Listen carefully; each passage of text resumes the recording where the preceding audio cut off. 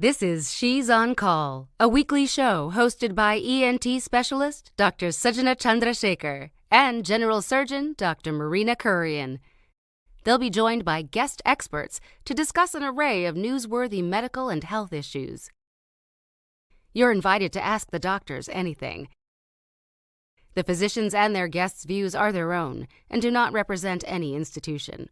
Please contact your doctor for any personal questions.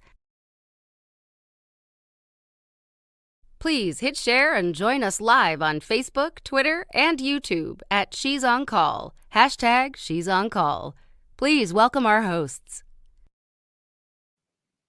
Hello, I'm Dr. Sujana Chandrasekhar. I'm an ear, nose, and throat surgeon with practices in Midtown Manhattan, New York, and in Wayne, New Jersey.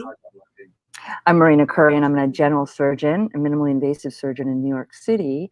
And we have a really great show for you guys today. We're going to be talking with experts on addiction medicine. And if you guys know people who'd be interested, you should.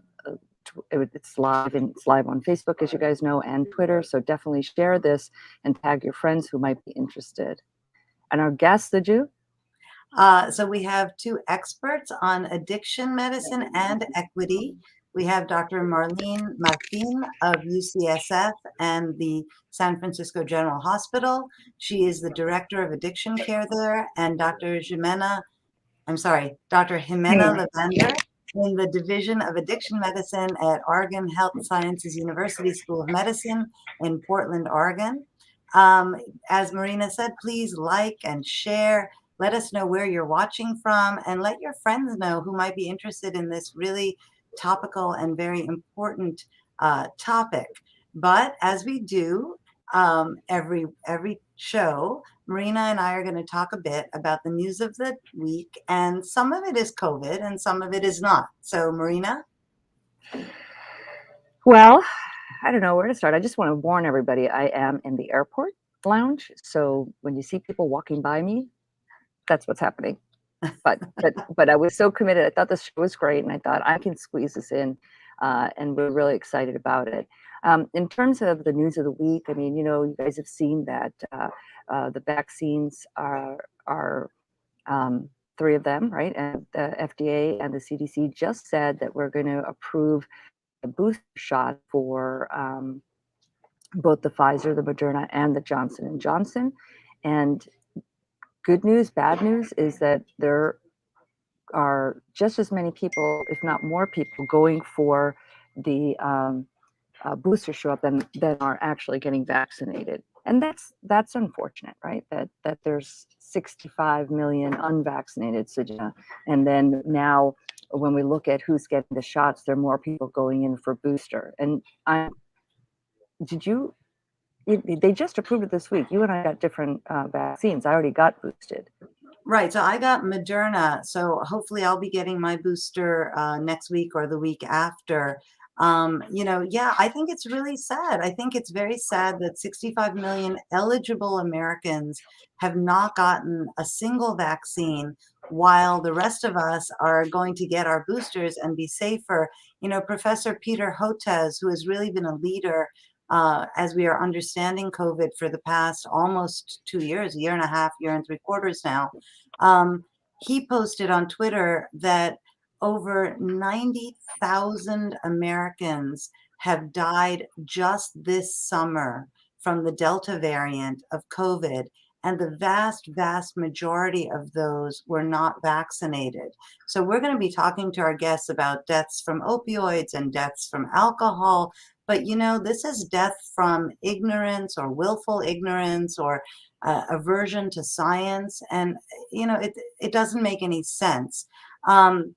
The good news is that the boosters are approved.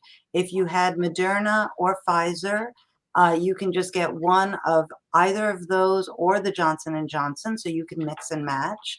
If you had the Johnson & Johnson, you can get a second Johnson & Johnson or a single Moderna or Pfizer as your booster, so you can mix and match those.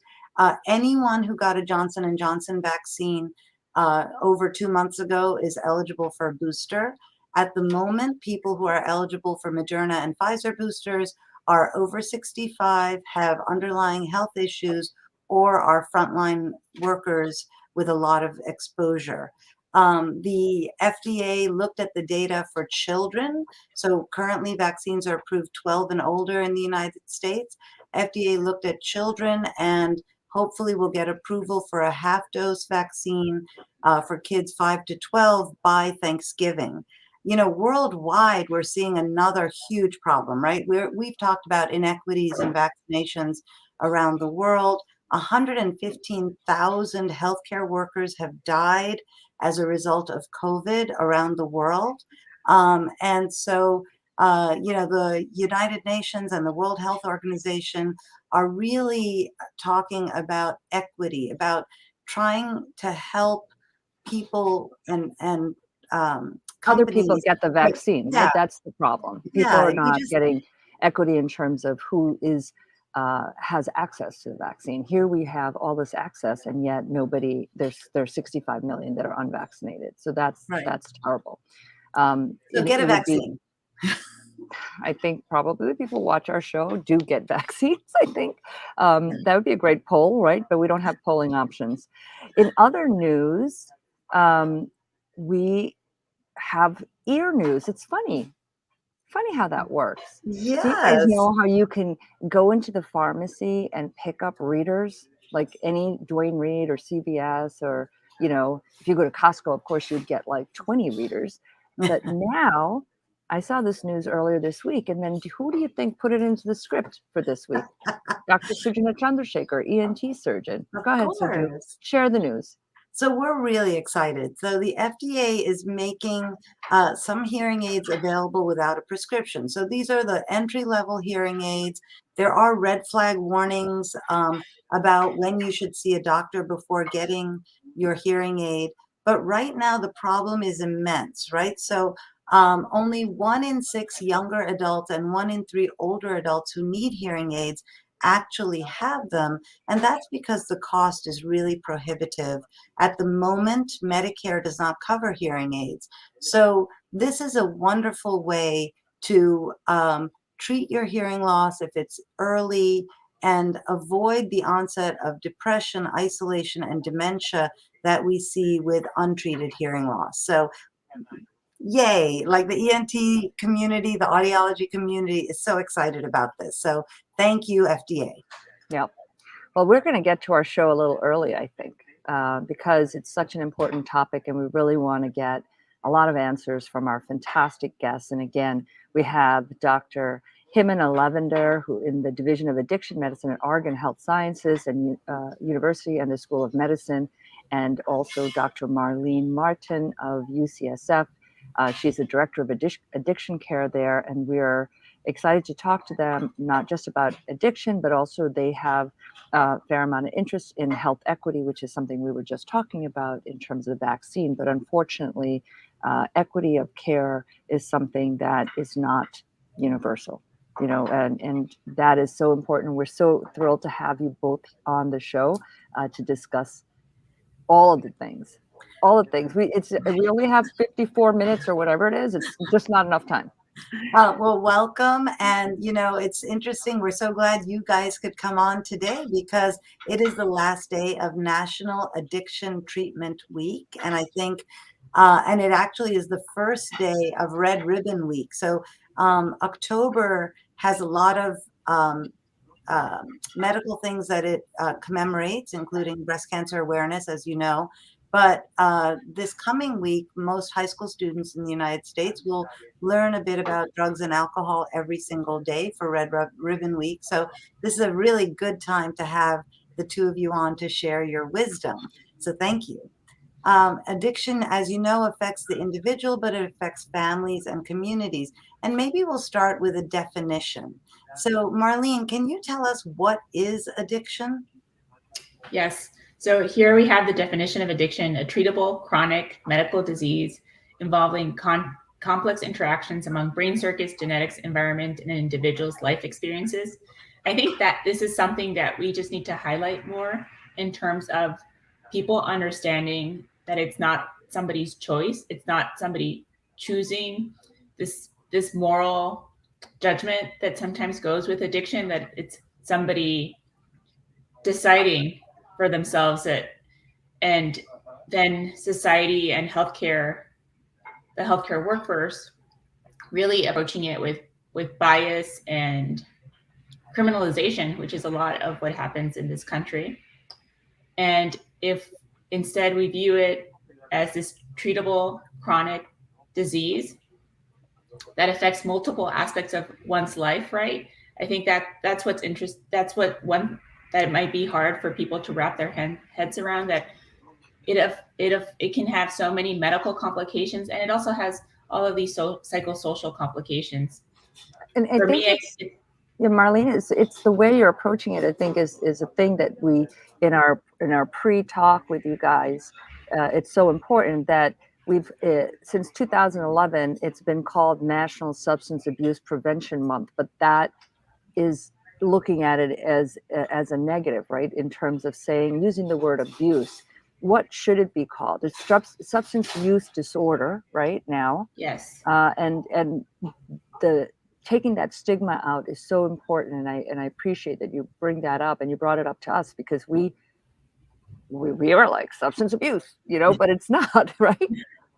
Yeah, the words that we use to describe addiction really matter, because they impose judgment. And we also know from different studies that have been done that how we document in medical charts, for example, if we use person first language like substance use disorder, addiction, a person who uses drugs, instead of words that I no longer use, for example, alcoholic, or if we refer to people as injection drug users, those terms, when we see them documented in chart, they affect how other people on the healthcare team treat that patient, and they affect the care that patient receives, and they perpetuate stigma. And so it's very important to use some of our person first terms. If we can bring up that slide of the tree again, so that in a bigger view, right? So that Ximena, if you can just talk a little bit about this, because this is a beautiful slide, really. It just really defines how we should be approaching chronic disease in general, and also specifically for this for substance use disorders. Yeah, exactly. What other condition do we sort of, not the general medical, we assume that the patient is not telling the truth. And that initial, coming into an encounter with that sort of energy, patients can feel that. And that's why there's so much distrust and delay in coming and seeking care, because patients have been treated really poorly by individuals in the healthcare system, but also by the healthcare system in general. And so that's why we do see people come in with really serious, life-threatening infections and injuries, because they often delay coming to seek care because of how poorly they've been treated in the past. So we as a society and as a system have a lot of work to do, and that comes often at the individual level. So treating people with kindness and compassion, and that leads to liberation as opposed to stigma. Well, thank you. We have, as I said, people watching from all over. Dr. Joe Diamond is a cardiologist. He's watching from Long Island. Helm Apollo Ali is watching from Philadelphia, and he asks where he can get his booster shot. Any place that gives shots. Helm, just walk in and show them why you are meet one of those criterias, and you can get your booster shot. Tim Sohn is watching from Pennsylvania. Ali A.K. Khan is watching. Barbara Valle is watching from Port Chester. Miriam Berkeley is watching from Hell's Kitchen. Oh my heavens. Veena Mishra is watching, and Aryaga is watching from Long Island. We have a DMs open on Twitter and Instagram at She's on Call. If you have questions for our guests that you want to ask anonymously, I think we want to respect your privacy and answer any questions that you have. When we talk about addiction, we talk about alcohol and drugs, but we also know that addiction can be addicted to screens, addicted to gambling. Can you talk to us, Ximena, a little bit about the different types of addiction and what's the underlying scenario? Sure. So behavioral addictions are sort of starting to be more looked at and investigated, but I sort of think about it as like, how are we coping with something? And when I ask a patient, like, why do you use alcohol? How does it help you? Why do you use opioids? Why do you use stimulants? They'll often have an underlying reason for why they're using it. And so I think that's how I start to sort of have some shared humanity and understanding and compassion for people who use substances that happen to not be legal, is to sort of recognize that I also use substances. I'm currently drinking a cup of coffee, and it just so happens that caffeine is a legal substance. And so I think just recognizing that, asking people like why they use a substance and how that might be like and when it starts to become like a maladaptive coping strategy or behavior is when it starts to become concerning for a use disorder. You know, that tree diagram was from the Harm Reduction Coalition, and a shout out to them for making something like that, which is so, as Marina said, so beautiful, so evocative. Joe Diamond, who is a practicing cardiologist, said, yeah, it's really important, the language that we use even in the medical record, because people have access, and that pejorative language puts a barrier between patient and healthcare giver. And I think it's really important that we do watch that. We had a question, how often, Marlene, I think Helm Apollo Ali asked this, how often are you called upon to give testimony? You know, as Ximena said, yeah, every time I fill out one of those forms, they say, do you take anything regularly? Yeah, I drink my cup of tea every morning, right? So how often are you called upon if somebody's used a substance and then gets into some sort of trouble with the law? So I work in the hospital taking care of patients who are often hospitalized for reasons that might be tied to their substance use, but they're not necessarily coming to the hospital to seek treatment. And it's the primary team. So for example, the patient may be on family medicine or surgery. And then the clinicians on those teams will call us to see the patient. We do know that people use substances across the United States. Different races and ethnicities use substances at similar rates across the United States. It means white individuals use similar to Latinx individuals, to Indigenous and Black individuals. But we know that Black and Latinx individuals are up to 10 times more likely to be criminalized for their substance, for reasons related to substance use. So many of the patients that I have taken care of where I work, who happen to be 50% Black and Latinx, have often been criminalized, have often been in jail for reasons related to substance use. So this is one of the inequities I like to point out in terms of, you know, how do we punish people and what we could do instead in terms of offering treatment.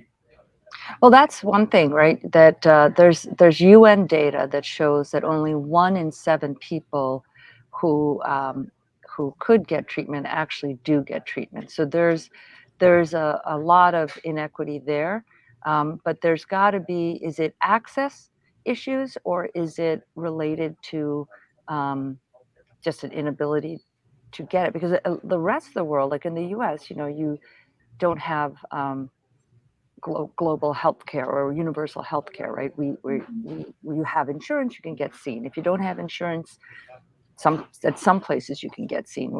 Versus you know, in Europe where healthcare is universal. So why are we seeing that disparity, Ximena? Would you have a idea? I mean, I think there's lots of different reasons why a lot of people who meet criteria for a substance use disorder don't get access to treatment. I think one, it's underdiagnosis or under-recognizing that someone has a problem and that they need treatment. I think part of it is people not seeking out treatment. I think a lot of it is access, like where is the treatment located? Is it provided by a healthcare setting or clinician that the patient feels comfortable with? Do they feel like they can trust that person to open up and talk about a sensitive topic?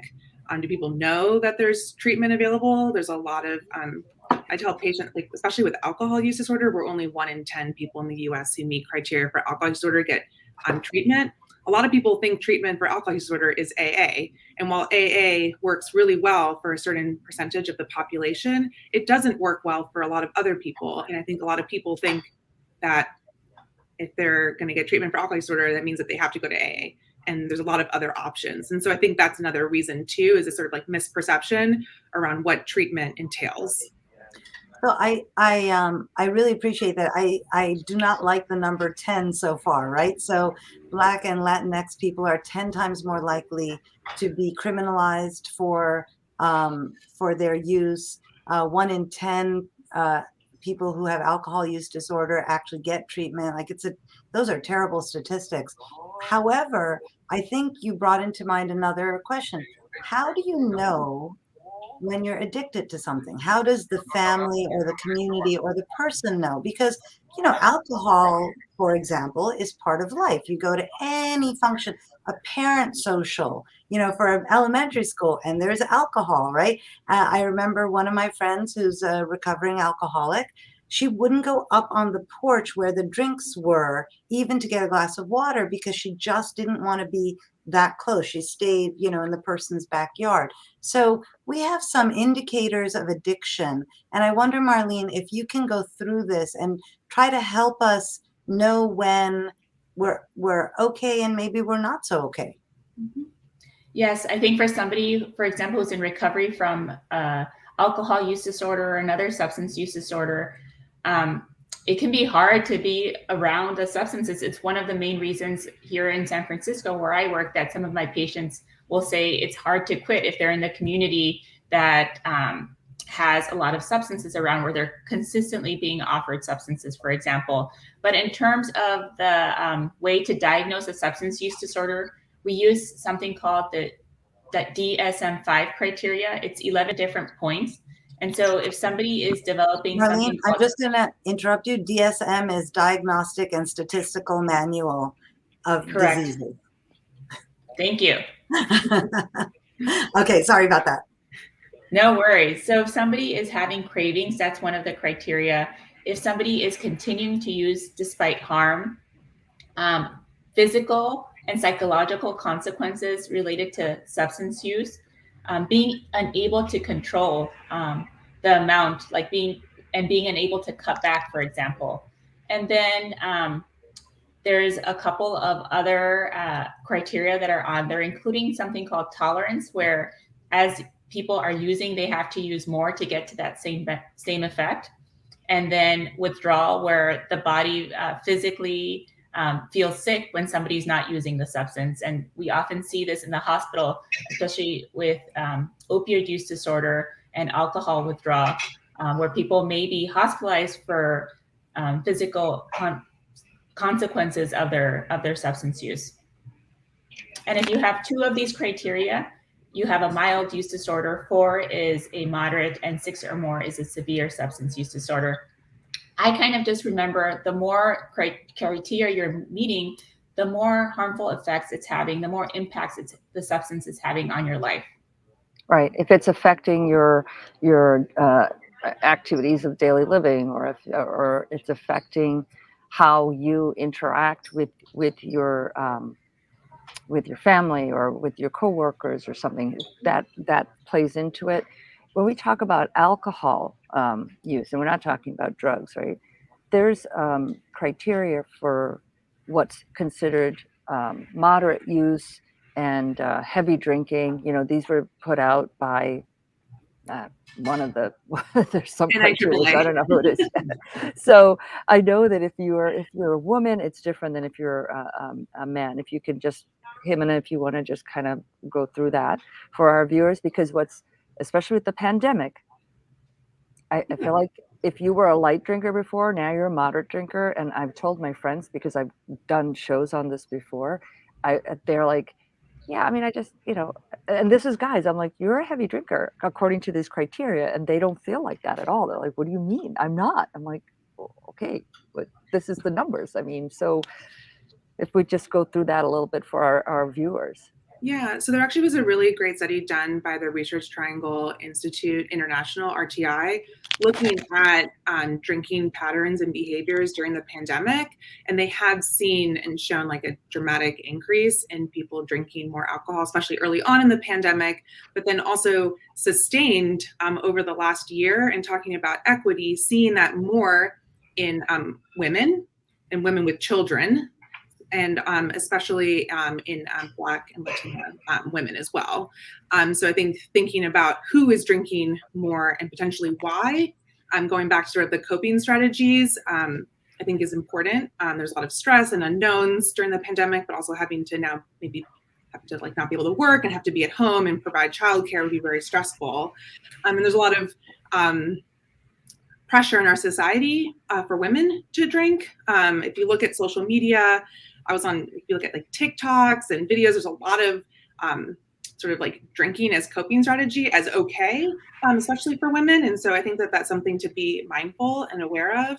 But to your question about sort of amount of alcohol, heavy drinking is different by age and by gender. So for men, it's more than 14 drinks per week. And for women and people over the age of 65, it's 7 drinks per week.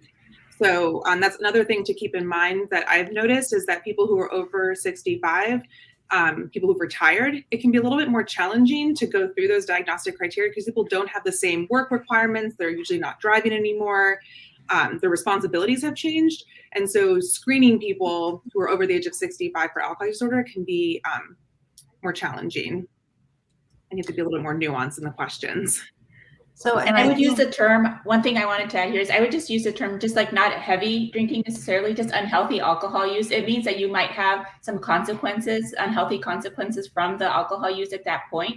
But in order to diagnose the alcohol use disorder, you go back to those criteria and then you can diagnose it that way, because some people may be having unhealthy alcohol use, but they're not yet having these severe consequences of substance use. And for them, it's just great to be able to talk about this, educate, and see where they are. Maybe they want to drink a little bit less. They may have no idea that the amount they're drinking could actually be harmful to their body, for example.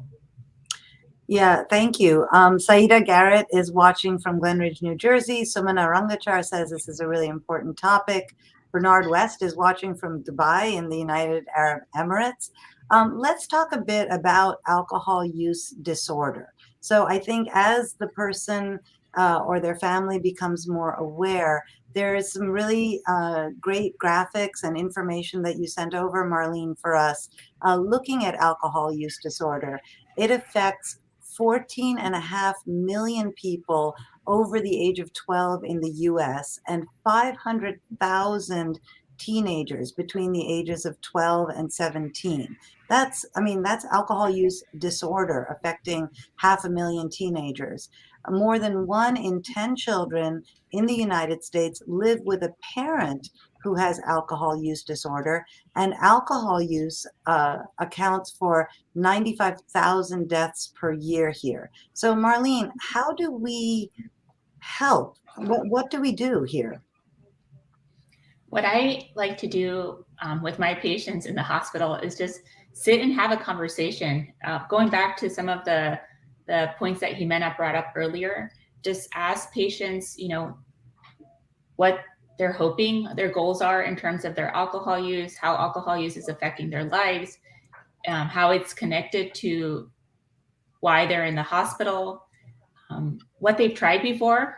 Many times people have tried treatment already, different kinds of treatment, what has worked, what has not worked. Many people have had periods of sobriety, and really acknowledging that as a big win and acknowledging that this is a chronic disease and there may be dips and return to use, and periods where you've done this before. Congratulations, you can do this again, based on your current goals. The fact about the 500,000 kids ages 12 to 17 is really scary. and shows you really how prevalent the disorder is. We are inundated by images of parties and, you know, fun ads for alcohol, right? And so the kids see that. And also if your kids see, you know, your parents' parties and everyone kind of starts out like a little bit, maybe not tightly wound or whatever, but then by the end of the day, everyone's having fun, you know, because they're drinking. So there's a lot of input that they're getting that, hey, alcohol isn't so bad. But also right now, we're seeing so much anxiety that in everyone, but also in the kids with the pandemic and the Zoom school and all of that. So how does this all impact kids? What are your societies, and what also is your experience in terms of maybe adolescence and how this is impacting them? Ximena. Oh, yeah. So I mostly focus on taking care of adults, but I definitely hear adults tell me about their story about how they first started using substances. That's part of an addiction history, is asking people when they first started using substances.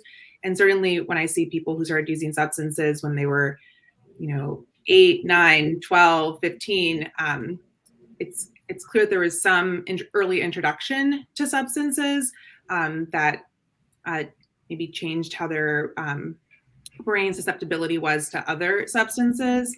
I don't like the term gateway drug. I was a kid that grew up with DARE, which was, you know, the Just Say No campaign. And I think that both of those, like both using the term gateway drug and DARE, don't adequately prepare teens for the situations for when they're around substances. And it also tells, you know, kids, like, if you ever use a substance, all these terrible things are going to happen, but that isn't the case. People will sometimes use one time or a couple times and it's fine. And then they're like, well, if my parents were lying to me about cannabis, maybe they don't know about other things too. And so I think it's important to be honest with kids and teenagers about how a substance affects their body, the potential consequences of using a substance. I think knowledge is really power. And if the knowledge you're providing children is to just say no, that's not really empowering them when they're in a social situation where they may encounter substances. You know, so Matt Schifrin is writing, What About Weed? And one of the nurses I work with asked me last week to ask you guys, what about marijuana? It's become legal in many states in the United States. She lives in an apartment. The upstairs neighbor is always smoking. The downstairs neighbor is always smoking. She's fed up with it. You really can't walk through the streets of certain parts of Manhattan without getting quite a bit of secondhand. We think that people are self-medicating with that too, or sort of treating, you know, what underlying problem they're treating. And then we're seeing kids put it into jewel pods so that the parents don't even smell it. So there's so much that goes on with marijuana. And I think San Francisco's had a lot of experience with it for a long time. Marlene, maybe you can address that. Yes, for kids, we know that early exposure to cannabis use can, if somebody has an underlying mental health diagnoses, that condition might come out sooner. It might present itself earlier. And we also know that when they've done studies that kids who are using cannabis before the brain is completely developed, so up to the mid-20s, will have a lower IQ. So I think it's really going back to that point that Ximena brought up, and making sure that we empower, that this knowledge is power, and that if we talked about what cannabis can do to the brain with teenagers, right? Then they may make different choices. I think that's a great point. I think anyone who's watching this, and I've told this to my kids, is that their brains aren't really fully developed, that they're still plastic up until, I think it's age 24 or 25. And so marijuana is so prevalent, the edibles are so prevalent, and it's been, they're fully aware that I don't endorse it for them at all, only because I want them to achieve their full potential and then let them do, what they're going to do. But I put that hard line out that they're age 25, and since, I fund their lives, that's where we are right now. So, I mean, they at least verbally acknowledged my input, and I think it's hard to police that because you just don't know what people are doing. And I think that plasticity of the brain is something that is, I feel like it's important. I don't know. I want everyone to achieve their full potential. What do you guys think of that research? I think it's also important to tell people that just because you use substance as a teenager doesn't mean that you can't reach full potential. Because I think a lot of times I hear from people like, oh, well, I started using substances, so there's no hope for me, or like, I'm not going to achieve great things. And I think that also sort of attitude, I think, has been sort of said a lot in our society. And so I think it's important to be like, you use substances when you were a kid, we're going to get you into treatment, and we're going to treat your whatever the conditions were or things that were going on that maybe led to you using substances, and we're going to move from there and help you get to where you need to be. So, there's a process, right? It's not, like the old wives' tale or the old high school scare tactic of, oh my God, if you smoke, a single joint, that's it, your life is over. That is not it, right? There's a process from going from your first use of something to eventually developing a substance use disorder. So Marlene, maybe you can talk us through these steps where we can intervene. Nobody wants to wait till the end, right? If we can intervene in the middle. Yeah, it's, people are using substances for different reasons. And when you hear those reasons, right, when it's experiences of trauma and poverty, experiencing homelessness, to self-treat mental health conditions, many people dealing with depression and anxiety and other mental health diagnoses, criminalization, all of these things. When I hear these stories from my patients about sort of where like how they grew up, what their conditions were, it's so easy to understand why they have a substance use disorder, right? So just building that empathy and knowing that for some people, this is really, really hard to address, right? You can't just fix all of that overnight. You can't go back in time 20 years to do something about it. And so just moving from that, and then we can show this slide. Sure. So just, I think having these conversations early on with having the knowledge, and then if people are exposed once, and then, if they're having unhealthy substance use, being able to have a conversation about it so that people can potentially cut down. The data for this is a little bit mixed depending on what substance it is. And then once it becomes a substance use disorder, trying to really think about what sort of harm reduction techniques, what sort of, and you can practice harm reduction along the course of any of these steps. This ladder uses old terminology that we're not necessarily using anymore. Some of the dependence talk, but once somebody develops a substance use disorder, really giving individuals the different choices of how to treat this. There's medication for addiction treatment that for some substance use disorders really, really works well and saves lives. There's psychosocial, so behavioral treatment, group therapy like AA, for example, and there's other recovery groups, and there's therapy. And people can combine these, they can choose one, and they can also practice harm reduction and choose to make their the consequences of use less and improve their health that way. Thank you so much for that, Marlene. I want to shift gears a little bit and talk about the opioid crisis. In New York State, we have to e-prescribe everything now. It's very monitored. We have all of these ERAS, which is early return. I'm forgetting what ERAS stands for right now, which I shouldn't. But anyway, basically all these different clinical pathways to try and get people out of the hospital in a healthy way and treat their pain appropriately. But opioids are still resulting in a significant amount of death. And And Ximena, if you can just discuss that opioid crisis and what's going on in terms of if it's actually improving, because I feel like I just saw something that said it's not improving, and it's probably likely pandemic related as well. So there's a lot of factors that are leading to the increase in overdose deaths in the U.S. Part of it is the contaminated drug supplies and increased use of fentanyl and fentanyl-like substances, and then also increased use of other substances. So with overdose, not just opioids, but also seeing people using increased amounts of psychostimulants and benzodiazepines and combining different substances, which dramatically increases your risk of overdose. This is where it's really important to make sure that patients understand risk of overdose with opioids, especially if they're combining it with other things, if they're also on muscle relaxants, benzodiazepines, if they also drink alcohol. And so making sure to talk to patients about combining opioids with other medications, and making sure that patients have Narcan or a naloxone rescue kit, which is the opioid reversal agent, and that their family knows where it is, because you can't reverse an opioid overdose on yourself. So making sure that their family knows where the naloxone kit is.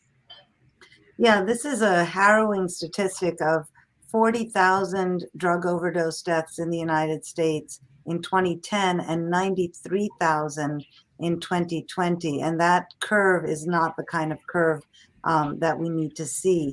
I think the use of naloxone is really very important. I think, we've all talked about, trying to help and understand why the use started and persists, and trying to get to what the patient wants for themselves, what they see for themselves as a success. We have talked about teens and screens in the past. We've had a couple of child psychiatrists on talking about that. Is there we're talking about alcohol and cigarettes and marijuana and opioids, but what is screen addiction? What is, doom scrolling? What happens when you while away, an hour or 2 or 3, either playing internet games or on the internet, Marlene? Wait, are you talking about kids, or are you talking about me now? I'm like, dude. That Instagram things, and like Twitter's harder. Like I don't go deep into Twitter. I think actually Suju does. She's on there, but like TikTok, I know my TikTok, kids talk about TikTok and something else, Snapchat. I don't know. So Marlene, what do you think? There's different diagnostic criteria for different types of addictions, and I'm less familiar with the criteria for this. Ximena, are you familiar with it? I'm not. I think it's a growing field. Like I said earlier, like behavioral addictions are a little bit more behind in terms of their study compared to tobacco use disorder and alcohol use disorder and opioid use. So I think we'll see more about diagnostic criteria for behavioral addictions. The one thing that your Apple phone will show you is like, hey, look how much you're on your phone this week. I'm like, well, why do you have everything on my phone that I'm on it, right? This is how I deal. I do everything on my phone. I do work emails. I do I even review of papers, all the things that I'm supposed to be doing. And then Apple's like, oh, and you're on your phone a lot this week. I'm like, yeah, I was working. But it is good to track it, I think. Yeah. I think it's just important to be mindful of how, going back to what I said earlier, why do you do a behavior? Being curious about yourself, why do I do the things that I do? Why do I choose to spend an hour on my phone? Why do I choose to check my email on my phone? Could I not check my email on my phone? Would that reduce the amount of time that I spend on my phone? Why does spending that much time on my phone bother me? And I think that's is it interfering with my life? Am I not doing the things that I want to do because of the amount of time I spend on my phone? And so I think just being curious around your behaviors and why you're choosing to do those behaviors, I think is a first step to try and sort of figure out, are the behaviors that you're doing problematic and causing issues? We are live on Facebook, on Twitter, on YouTube. WBAI.org and WBAI 99 something carries us on Mondays from 2 to 3 p.m. We have a podcast. So if you like this topic and know that we need to learn more about it, please like and share. Tag your friends who might be interested. As soon as the show goes off the air at noon today, it will be available on YouTube for you to watch. Marlene, can you talk to us a bit about the opioid deaths again? Like, let's just circle back about that. Yes. We have a COVID crisis, and we also have an addiction crisis in the US. In San Francisco, where I live, nearly three times more people died of drug overdoses than of COVID last year. And I look at this New York Times graphic and I see this December, 93,000. And that was a 30% increase from 2019 alone. And what's even more disturbing is that as of March 2021 of this year, looking at the 12 months prior, we know that this number is likely going to be up another 30%. There's already more than 96,000 people who died that year. So this shows no signs of stopping. And then we've talked for a while about increasing mortality and complications of alcohol use disorder also, which is also on the rise. So that's 200,000 people who are dying every year in this country of treatable conditions, and especially opioids, where it's sometimes people are using things like cocaine or methamphetamine, and they happen to have fentanyl, and they have an unintentional overdose. Just so many young lives lost. Yeah, it is really heartbreaking. I am so glad that you highlighted that, because these are, we're talking about preventable injury and death.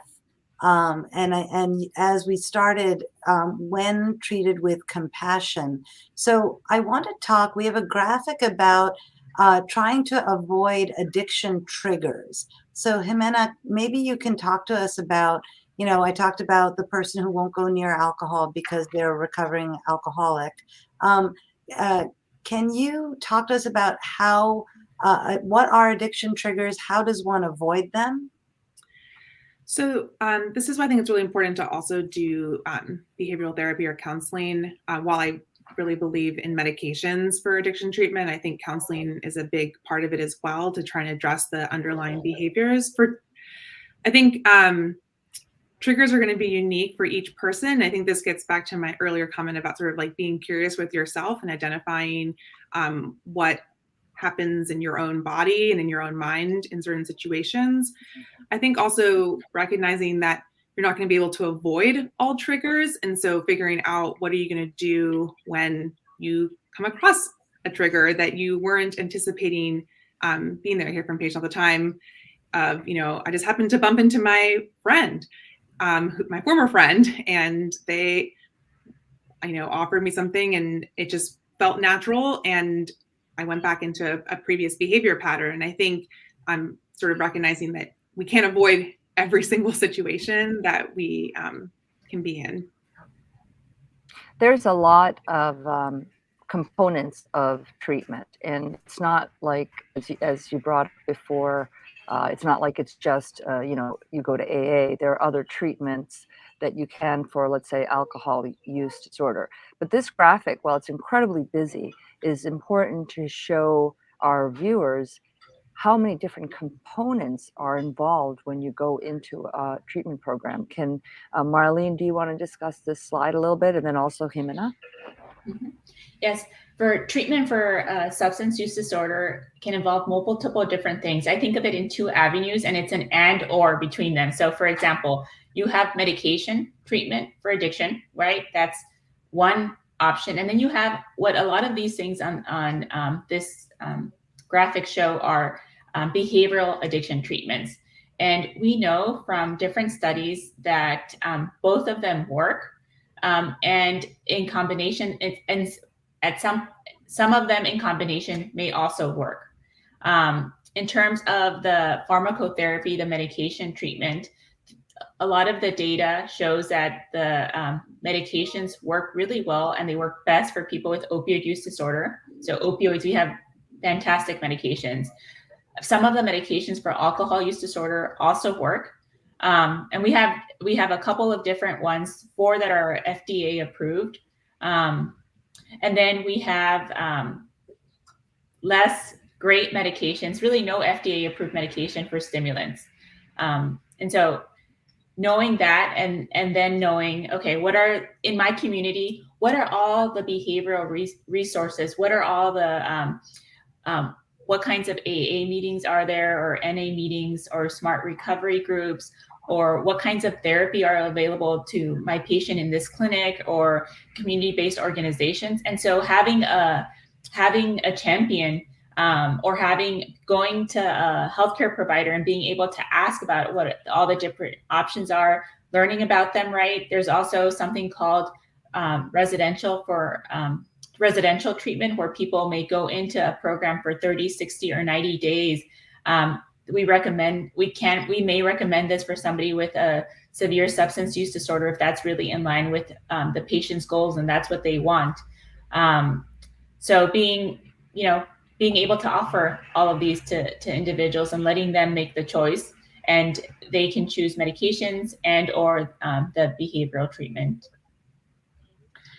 I think you pointed out in the private chat, we fall into old words, right? So I said somebody is a recovering alcoholic, and alcoholic is really a pejorative term, right? It's like IV drug addict. It's a pejorative term. As you started in the beginning, you said it's not a choice somebody makes to do this. So I do apologize. And alcohol use disorder really shows the breadth of the problem as opposed to the words that I use. So I do apologize for that. I think I've learned a lot just talking to you, but also reading some of the articles you've both written on substance use disorder and people who use drugs. So PWUD, I didn't even know that was a term, so now I know. Marlene, we've talked about racism. We've talked about the differences when Black and Latino or Latinx people are found to have substances on them versus white people. We have a comment from Sumana Rangachar. Is this an area, or this is an area where lawyers and doctors can work together? So this is really where we go out of our silos of just medical care and we think about society writ large. So Marlene, maybe you can talk to us about how we address the racist nature or the racism inherent in this issue. I love that one of the viewers pointed out that it's going interprofessional, right? Going across disciplines and using, everyone has different expertise, and bringing together that expertise to think about how we can address some of these issues. And so one of the things that I think is like being aware of where the gaps are, for example. And in order to be aware, we really need great data that measures differences that groups may experience because of, for example, where they live, the kind of access to care that they have. We, in addition to some of the gaps that I mentioned in terms of who gets criminalized, we also know that people, certain groups are less likely to be offered addiction treatment, and then they're more likely to have fatal and non-fatal overdoses. So not only is the stigma and access to care affecting who gets punished for substance use, but it's also affecting people's lives, right? Who lives and outcomes, like and who may die. And so the paper that you just showed is part of an organization that I'm a part of, EMERSA, and we came up with a few different goals for the organization that is meant to dismantle racism. And some of those goals include, one is increasing the workforce diversity, because we know that when the healthcare workforce reflects the the broad diversity in all senses of the word, right? It's not just talking about race and ethnicity, but diversity across many different fields, that people are more likely to connect with that individual, and people have better outcomes. We have data showing that. So one of the things we're really invested in is diversifying the healthcare workforce. And that's, I know, not just an issue in California, but across the country where our healthcare workforce is not very diverse. Thank you for that. And I think that is, absolutely a step forward to try and be reflective of what your community is when you're delivering care. Ximena, let's talk a little bit about your research too. We only have 5 minutes left, and we want to hear about that. I just saw, and apparently you did a lot of telehealth as well during this time, and if we could talk about that, your research and that effect. Yeah, so prior to the pandemic, there were a lot of restrictions on telemedicine that everyone sort of faced with reimbursement, but in particular for opioid use disorder, you weren't allowed to prescribe controlled substances without first seeing someone in person, and that got waived.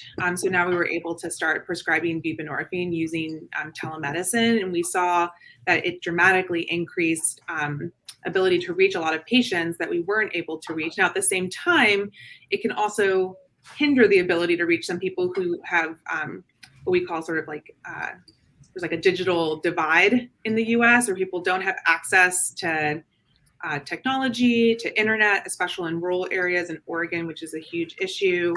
And they also don't know how to use computers or smartphones. And so there's some people where having access to telemedicine improved access, and for others, it worsened access. And that's what we're interested in trying to study.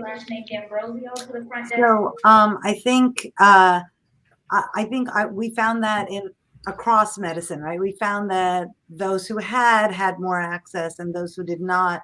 But I think you're right. Removing some shackles of in-person visits in order to get the treatment that you need is actually really important. My mom, writing under the pseudonym of my dad's name, Sujana Chandrasekhar, is asking, should naloxone be part of every household armamentarium, like you might have a fire extinguisher in your kitchen? Marlene? I think that having as much naloxone available in as many places as possible, so that we can all be first responders, we need an all hands on deck approach. We do have an naloxone shortage in some parts of the country, I've recently seen. And so making sure it's accessible, especially where many of our overdoses are occurring.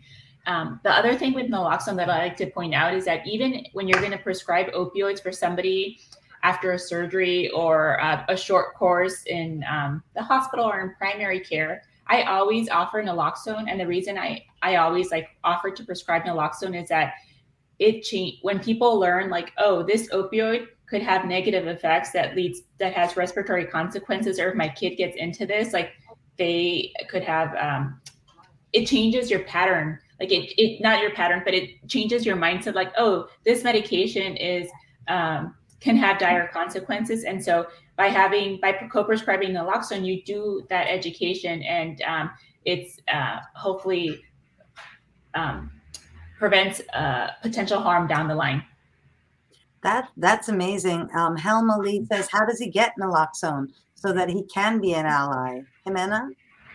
So some states, you don't need a prescription. You can get it directly from the pharmacist. You just ask for it, but then it won't be covered by insurance.